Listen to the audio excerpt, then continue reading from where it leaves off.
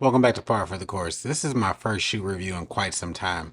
To be honest, there's not been a lot of golf shoes that have come out over the last year or two that have really gotten me excited, which is why I've slowed up on my shoe reviews. But this is the genesis of this channel.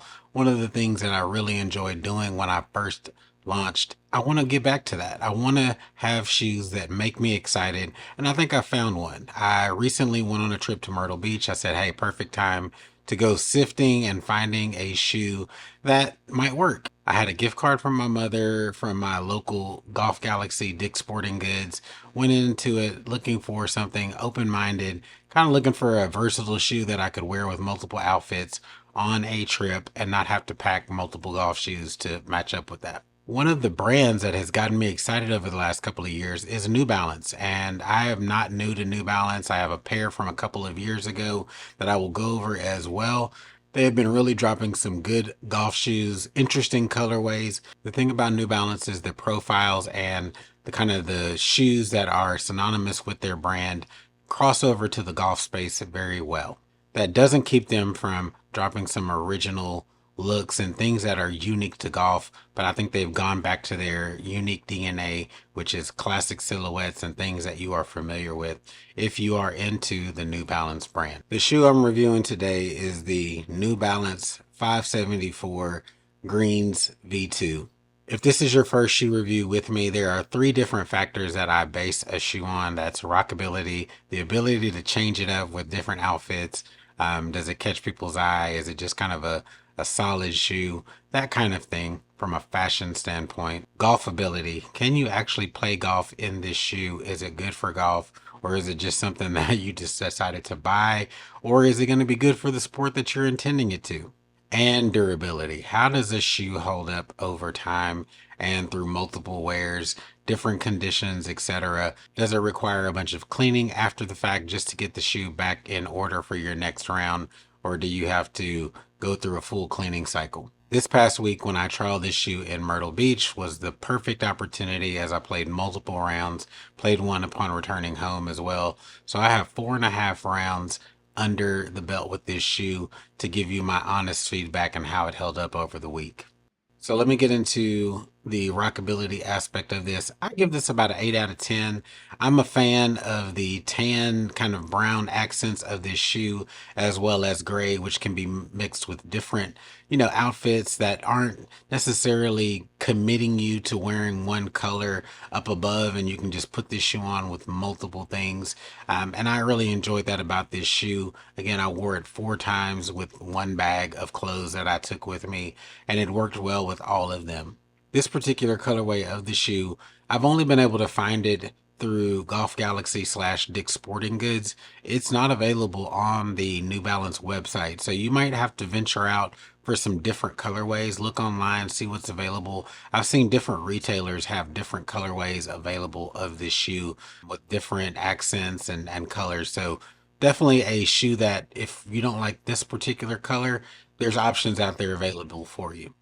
Again, the 574 is a classic silhouette for New Balance. If you like it, you're going to like it. I tend to find that people either like New Balance or they don't. There's very little in between, but I think this is a solid shoe that's not going to offend anybody. It's very well adapted for the golf side of things. If you're in the New Balance family, I think this is a must pick up for the golf side of things. Then we move over to the golfability side of it. I give this shoe a 9 out of 10.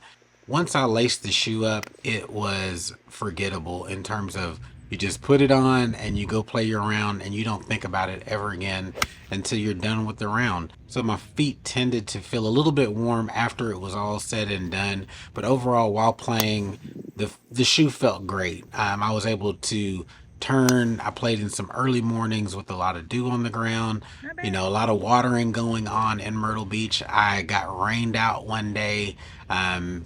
Played 6 holes, tried to kind of battle it out until it was too much.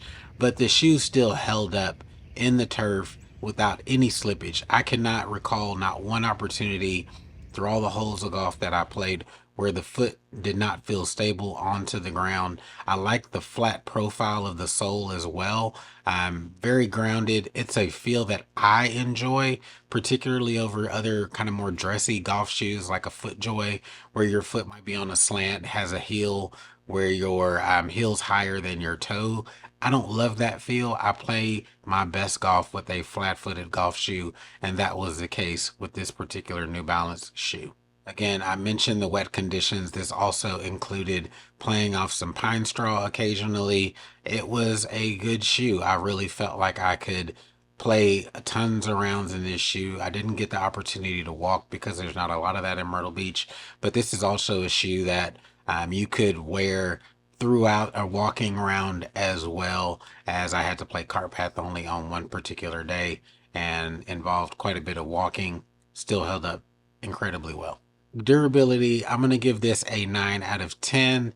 Again, I have worn this shoe 4.5 rounds, and that's dirt, that's, mud from overwatering, that is, dewy conditions. And after each round, I took the towel that I used to kind of wipe down my club. The microfiber leather that this shoe is constructed of wipes off very cleanly. It's almost waterproof, and you're just able to kind of get dirt and grime off with one quick swipe.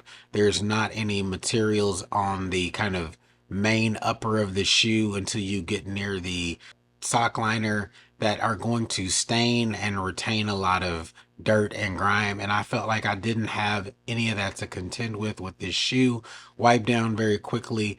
The only areas that tended to retain some dirt were the upper part of the outsole, so on this white portion where there's some stippling, and that was able to kind of retain some dirt even after throwing it in the washing machine. When I got home, that did stay. That would take a soft bristle brush and some soap and water to get some of that off, but honestly not really bothersome at all. I'll probably go a few more rounds until I end up doing that. Doesn't bother me, just makes the shoe look a little bit more aged and worn, which is fine. I don't need it to be sparkly white every time I step out. And also the sock liner. Kudos to New Balance for always providing a kind of plush sock liner, and rarely do you see an all white sock liner, which is a big criticism that I have of certain shoe brands, particularly Nike, always coming with a super white or maybe slightly off white sock liner. Here we have a gray, and it's heavily padded to keep your foot comfortable. Me, I have ruptured my Achilles in the past, and so certain shoes will tend to dig into my kind of Achilles area on my right hand side, creating some blisters. Did not experience that all week wearing these with ankle socks, which I thought was the better look of these shoes. And again, after a quick wash, the sock liner was back clean, and that kind of gray did very well over the week with sweat and just dirt and grime not piling up. So overall, in terms of durability of the shoe, I'm not seeing any breakdown or areas where I'm seeing, strings hanging out. Again, this is 4.5 rounds that this shoe has held up incredibly well, which from a durability standpoint, not much that I can complain about outside of those sole and sock liner issues. In terms of sizing of this shoe, I regularly wear a 10.5. I have a previous New Balance shoe that I've purchased in 10.5. It's very comfortable on foot. In the store, the 10.5 was the display model, and I couldn't find the secondary shoe outside of the one that was in the box underneath the display. The display was actually empty for this particular shoe. I did find a 10, tried it on that particular day. I was wearing a sockless kind of look and tried it on, and it felt very comfortable, had room to spare. So I figured when I got home with an ankle sock, a no-show sock, that it would be very comfortable as well. And sure enough, it was. Be mindful that with a thicker sock, a crew sock that has some padding to it, it doesn't fit as comfortable. However, after breaking in, it's a little bit better. This shoe, I would say, in my opinion, fits about a half size smaller than your normal fit. I would try it on in store for your own feel and what works best for you. I have a medium width foot. I don't have a wide foot at all, and this shoe felt incredibly comfortable throughout the week. Again, put it on, ultimately forgot about it. It doesn't affect you in any way where you're feeling things poking you. It's an incredibly comfortable shoe over the course of a 4 hour round. Highly recommended. And that doesn't even include the value, which I think is the biggest proposition of New Balance. And this being at a $99 price point, it's a workhorse of a shoe, one that you can wear week in, week out, round after round, and get great value for $99. You're not going to find a lot of shoes that aren't on sale just retail priced for $99. I think it's a steal of a golf shoe. So if you are into the New Balance look, you like the comfort of their shoe, running is their DNA, this is the shoe for you. I would pick it up without hesitation and wear it all summer. Find a color that you like that fits your outfits, things that you wear on the course, and you will not be disappointed. I'm not endorsed by New Balance. I just love that their product has evolved over time as I show kind of their spikes on this old shoe and so this area which has some yellowing and plastics that, oxidation over time. New Balance has corrected and moved away from materials that don't work for the long term with their shoe. So I highly recommend them as a brand. Any company that evolves over time and gives you value for money is one that I can get behind, especially when it's comfortable and it performs at this level. Watch out for New Balance. They're coming in pretty dang hard. You've seen them with collaborations between Malbon and other brands, and I think it's very fitting for them to market in the way that they do, get their name out there so people will see them as a viable option in the golf space, which I think they very much achieved and gotten to over the last handful of years. Again, I'm always looking for shoes that are exciting. Hopefully, FootJoy comes out with some new stuff. Nike honestly has been a little bit stale for me, although I am looking at possibly picking up a pair of the Pegasus. That seems to be a good shoe this year. So plan on getting back to these shoe reviews. I miss doing them. I miss kind of giving shoes a nice little run and seeing what they have to hold. We'll catch you on the next one. Peace. You get a lot of stuff out of this channel, y'all. A little business knowledge, a little technical golf knowledge, a little BS in here and there. You're in a well-rounded environment. So uh Absolutely. hit that subscribe button, hit that membership button. We got you covered on all things golf.